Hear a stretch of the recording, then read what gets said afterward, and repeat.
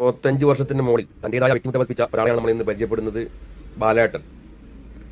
കാർഷിക മേഖലയിൽ പശു വളർത്തലായിക്കോട്ടെ, കൃഷിരീതി ആയ തെങ്ങ് കൃഷി, കുരുമുളക് കൃഷി, നെൽകൃഷി, കശുവണ്ടി കൃഷി, എന്ത് തന്നെ ആയാലും ബാലേട്ടൻ അതിൽ പങ്കാളിയായിരിക്കും. അപ്പോൾ നമ്മളെ ഇതിനെക്കുറിച്ചെല്ലാം നമുക്ക് ആധികാരികമായി ബാലേട്ടനോട് തന്നെ നേരിട്ട് ചോദിക്കാം. ബാലേട്ടനെ നമ്മൾ പറഞ്ഞു തരുന്നതായിരിക്കും. ഏകദേശം 65 വർഷത്തെ പരിചയമുണ്ട് ബാലേട്ടൻ. അപ്പോൾ ബാലേട്ടനോട് തന്നെ നമുക്ക് ചോദിച്ചറിയാം. എത്ര വർഷമായി നമ്മളെ കൃഷി തുടങ്ങി? പിന്നെ ഒരു 10 വയസ്സിലേ തുടങ്ങിയ.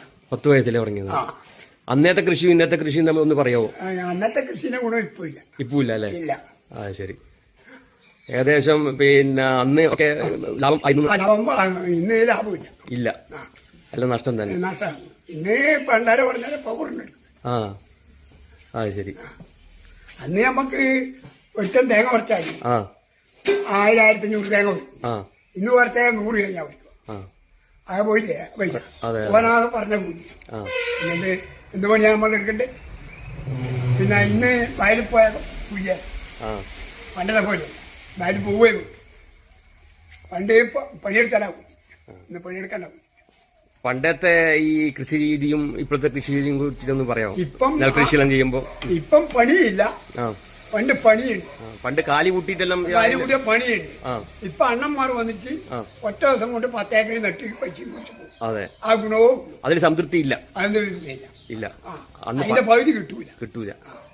അന്ന് നിങ്ങളെ പോലത്തെ ആളെ കണ്ടത്തില് 2000-3000 നെല്ലാ ചോദിച്ചു. അതെ. നിങ്ങൾ അച്ഛനില്ലാണ്ട് ഇപ്പൊ ചോദിക്കാൻ 3000 നെല്ല് കിട്ടും. ഇപ്പൊ 1000 നെല്ല് കിട്ടൂല. 1000 കിട്ടൂല. 500 നെല്ല് കിട്ടും. അതെ അതെ അതെ. നിങ്ങൾക്ക് അനുഭവത്തിൽ അറിയാം. അതെ. അന്നത്തെ പിന്നെ കൃഷി രീതി എന്ന് വെച്ചാല് നമ്മളെ നാട്ടിലെ ആൾക്കാരനെ ആള് തോല് വളം ചാണകം. ഇന്ന് ചാണകം ഇടുന്നില്ല, വളവും ഇടുന്നില്ല. ഇഷ്ടംപോലെ ചാണകവെള്ളം ചാണകം ഇടും, തോലിടും. കുറെ ആള് തരിക്കാനാക്കും. അതെ.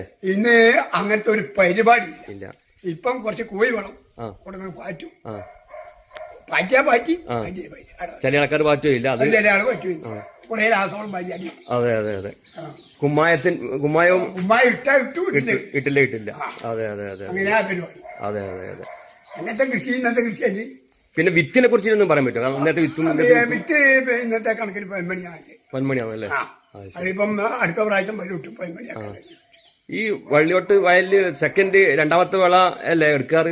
രണ്ടാമത്തെ വിള. ഒന്നാമത് എടുക്കാറില്ല അല്ലേ? ശരി.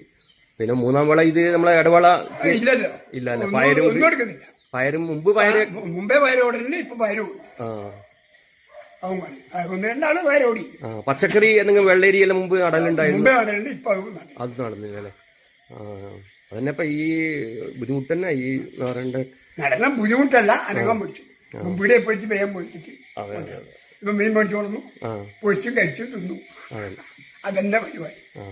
പണ്ടത്തെ നാടൻ വെള്ളിരിക്ക കാമ്പ് കൂമ്പ് അത് തിന്നില്ല.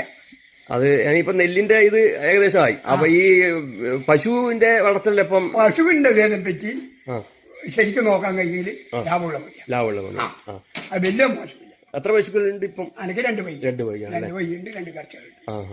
പാല് ഏകദേശം ഈ മാസം പാല് കിട്ടൂല. മറ്റേ ഒരു 10,000-15,000 രൂപ പാല് കിട്ടും അല്ലേ? അതിന്റെ കാഴ്ചയ്ക്ക് കഴിച്ചിട്ടാണ്. പുണ്ണാക്കും കാഴ്ചയ്ക്കും നമ്മളെ ചായ കുടിയും എല്ലാം കഴിച്ചിട്ടാണ്. ഓക്കെ. അനക്ക് അതുകൊണ്ട് മോശം. ഈ പ്രാവശ്യം പോയി. സൊസൈറ്റി തന്നെ കൊടുക്കില്ല. ആ സൊസൈറ്റി തന്നെ.